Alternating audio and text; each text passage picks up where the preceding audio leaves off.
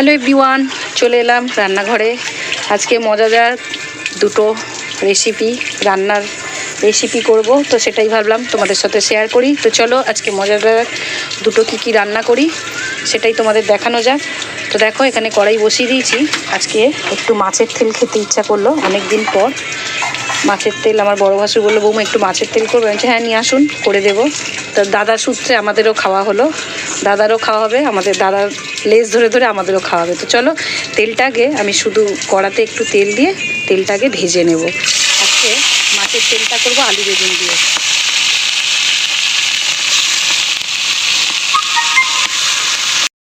মাছের তেলটা আমি ভালো করে আগে ভেজে নেবো লাল লাল করে, নাহলে মাছের তেলটা দিয়ে আঁচটানি গন্ধ করবে। মাছের তেলটা ভেজে নামিয়ে নিয়ে তারপরে আলু বেগুনটা দিয়ে আমি কিভাবে মাছের তেলটা করি তোমরা দেখো। দেখো, শুধু বেশিরভাগ তেলটা কম আছে, পটকাটা বেশি আছে, পটকা চর্বি।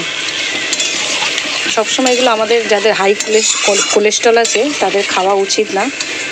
ফ্যাটি যারা, আমরা এমনি ফ্যাটি আমাদের পুরো ফ্যামিলি, সে যাই হোক, মাঝের মধ্যে 9 মাসে 6 মাসে দেখো একদিন তো খেতে ইচ্ছা করে। তো ভাবলাম চলো আজকে একটু ঠান্ডা ঠান্ডা ওয়েদার আছে, খাওয়া যায়। তেলটা ভালো করে আমি লাল লাল করে কিন্তু ভেজে নিয়েছি। এবার মাছের তেলটা নামিয়ে নেবো, নিয়ে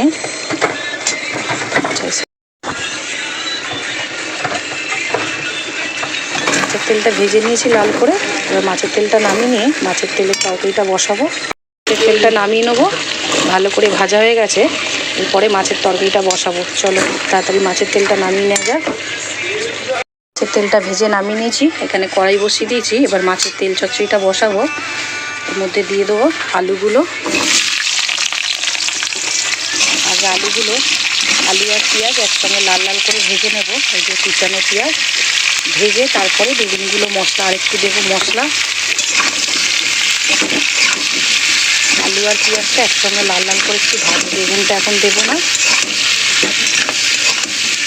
বেগুন সিদ্ধ হতে বেশি টাইম লাগে না, তাড়াতাড়ি দিলে বেগুনগুলো পুরো গলে যাবে। পেঁয়াজ আর আলুটা তেল চচ্চড়ি আগে ভেজে নিই ভালো করে। পেঁয়াজটা ভেজে নিয়েছি, ওর মধ্যে এবার বেগুনটা দেবো। বেগুনটা দিয়ে হালকা একটু নেড়ে চেড়েই মশলা দিয়ে কষাবো।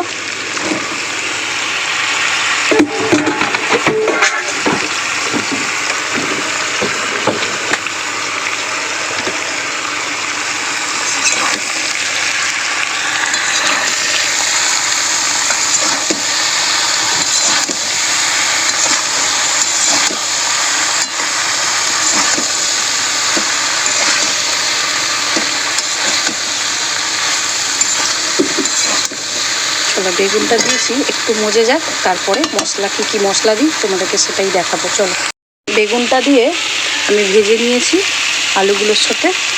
এবার এর মধ্যে মশলা দিয়ে কষাবো। তো দেখো, দিয়ে দেবো পরিমাণ মতন হলুদ, দেবো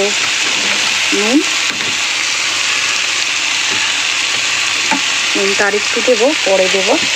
আগে এটা দিয়ে মশলাটার সাথে কষাই, দিয়ে দেবো চেরা কাঁচা লঙ্কা।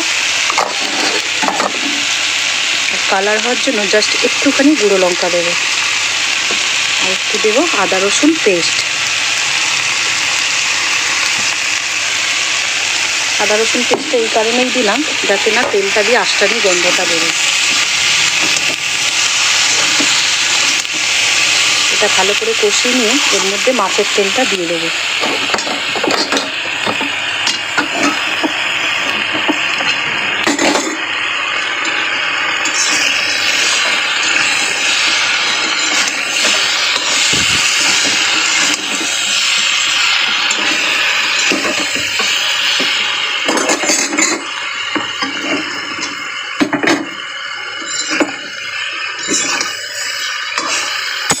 মশলাটা ভালো করে আলু বেগুনের সাথে কষাবো। ভেজে রেখেছি যে মাছের তেলটা এর মধ্যে দিয়ে দেবো, দিয়ে ওটার সাথে ভালো করে ভাজা ভাজা করে নামাবো।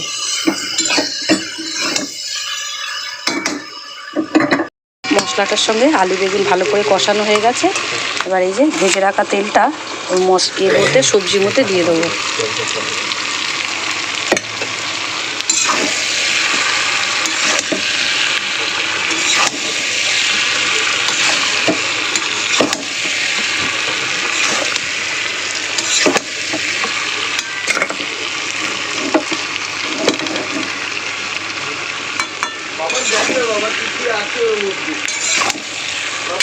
30 টাকা আছে টোটাল 140 টাকা ঢুকলো তুমি 140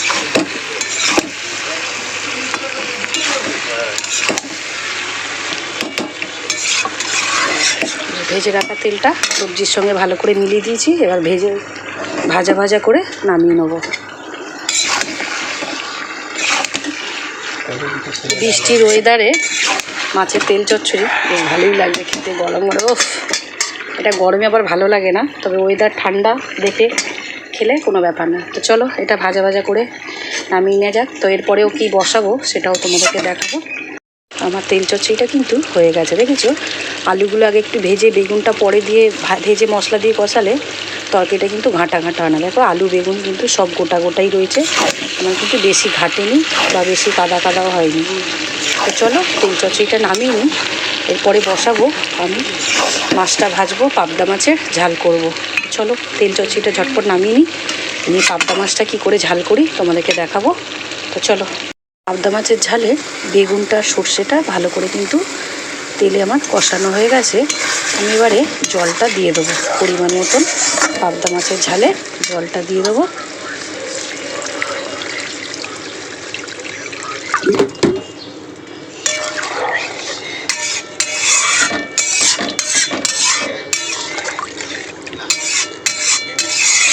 চলো ঝালটা ফুটতে দিই। ঝালটা ফুটে গেলে ভেজে রাখা মাছগুলো এক এক করে আমি দিয়ে দেবো ঝালের মধ্যে। চলো আগে ঝালটা ফুটতে দেওয়া যাক। ও তোমরা আমার পাবদা মাছের ঝালটা কিন্তু ভালো করে ফুটে গেছে। আমি এবার ভেজে রাখা মাছগুলোকে দিয়ে দেব।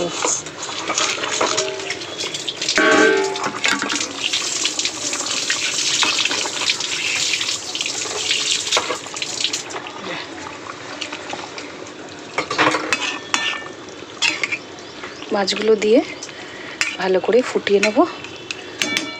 কাঁচা লঙ্কা বেশ খানিকটাই দিয়েছিলাম বেটে সর্ষের সঙ্গে, এখন আমার বেশি দেবো না, 4টে চেরা কাঁচা লঙ্কা ওপর দিয়ে দেবো।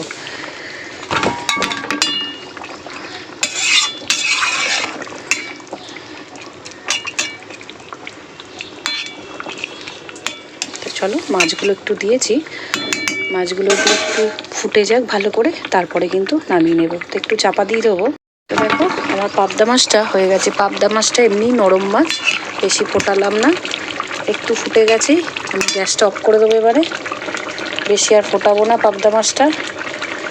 এরম কেন করছি বলো তো, ভাপের জন্য না পুরো ক্যামেরাটা আবঝা আসছে। তো দেখো আমার পাবদা মাছের ঝাল কিন্তু হয়ে গেছে। তাহলে আজকে আমি কী বেশি কিছু রান্না করিনি, আজকে করেছি পাবদা মাছের বেগুন দিয়ে ঝাল আর মাছের তেল চচ্চড়ি। তো আজকে রান্নাটা কেমন লাগলো তোমাদের অবশ্যই জানিও। চলো রাখি, নেক্সট ভিডিওতে আশা করি দেখা হবে। টাটা।